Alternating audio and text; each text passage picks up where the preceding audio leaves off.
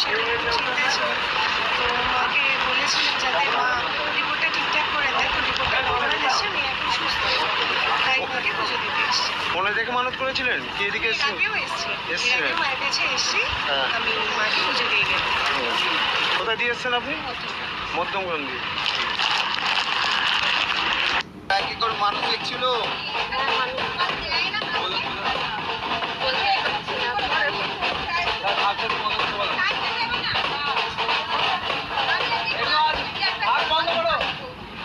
দিদিভাই কি কোন মানসিক ছিল?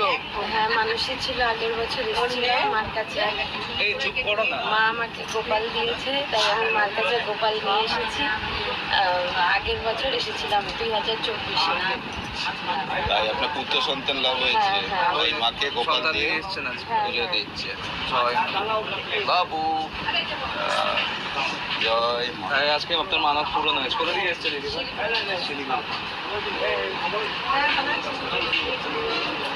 ছেলের নামগুলো কিরাত ওনার কিরাত।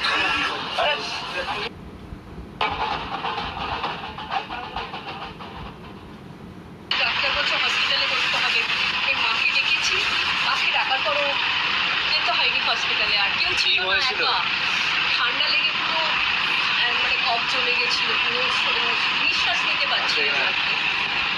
এখন কি ঠিক আছে? শুধু মানসিক করেছেন কি? শুধু মানত করেছি ট্রেনে বসে বসে, ওখানে বসে বসে। ফিরে এসেই মানে আবার পাহাড়েও আটকে গেছিলাম, এসেই আমি বললাম না আগে পুজোটা দিয়ে আসি। জয় মা মনসা।